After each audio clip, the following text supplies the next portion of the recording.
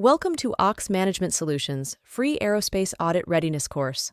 Module 7, Organizational Resources and Awareness. An effective quality management system relies heavily on the support from your organization's management team.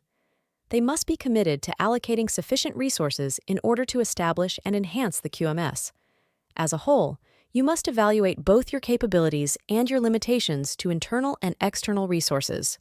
Infrastructure consists of structural elements, facilities, services, and basic equipment essential for carrying out activities.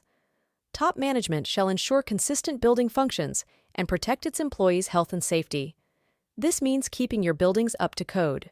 Building codes are a set of requirements for the design, construction, operation, and maintenance of buildings, enforced by jurisdiction. This includes implementing maintenance programs to address wear and tear to prevent minor HVAC and electrical issues from escalating and hiring certified professionals to handle greater repairs. The operations part depends on the nature of your business. If your business leases trucks, warehouses, CNC machines, 3D printers, or licensed computer software, these things must be taken care of. Your auditor will need evidence to verify that your organization has provided resources for the operation and control of its processes. On to monitoring and measuring resources. This is where top management determines the resources necessary to ensure valid and reliable results. How do you know what equipment will ensure reliable and repeatable performance? How do you know if your measurement devices fit the purpose of what you intend to measure? Do your devices require frequent calibration?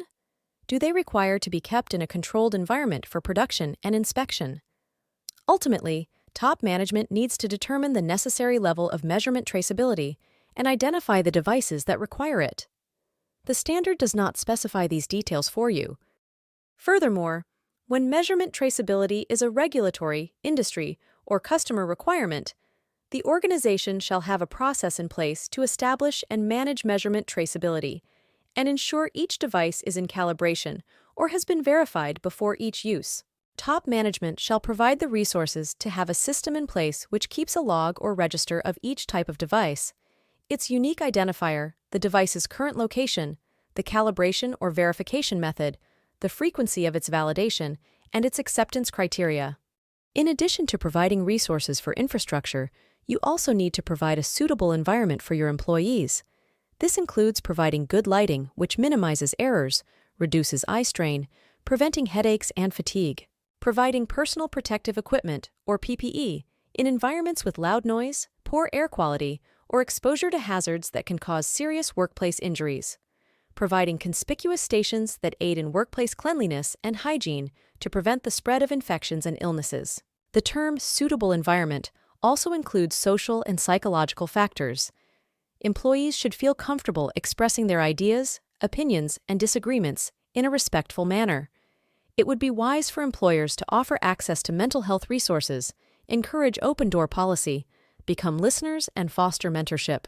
Leaders should lead by example and respect cultural and racial differences.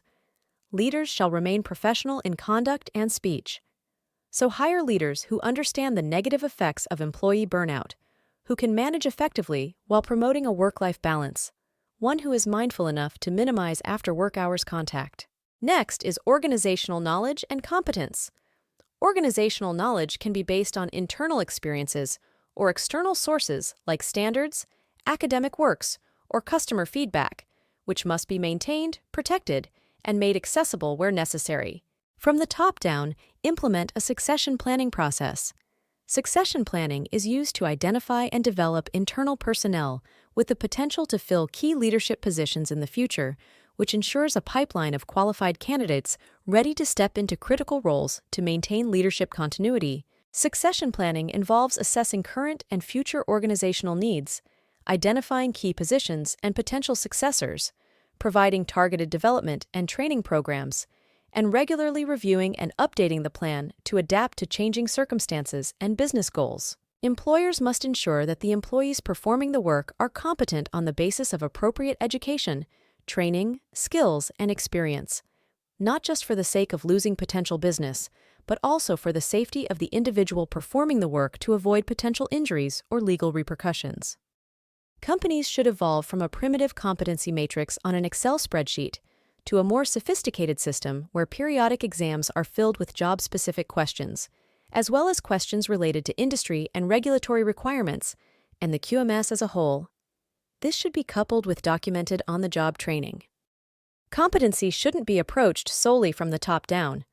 Employees have responsibilities as well. Employees should be able to interpret their company's quality policy and know where to find it. The same with quality objectives.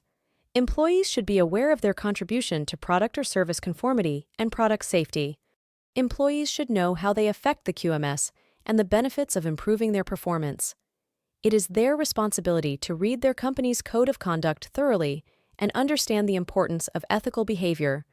Lastly, an employee's input, whether through a company survey or meeting, should be evaluated regularly.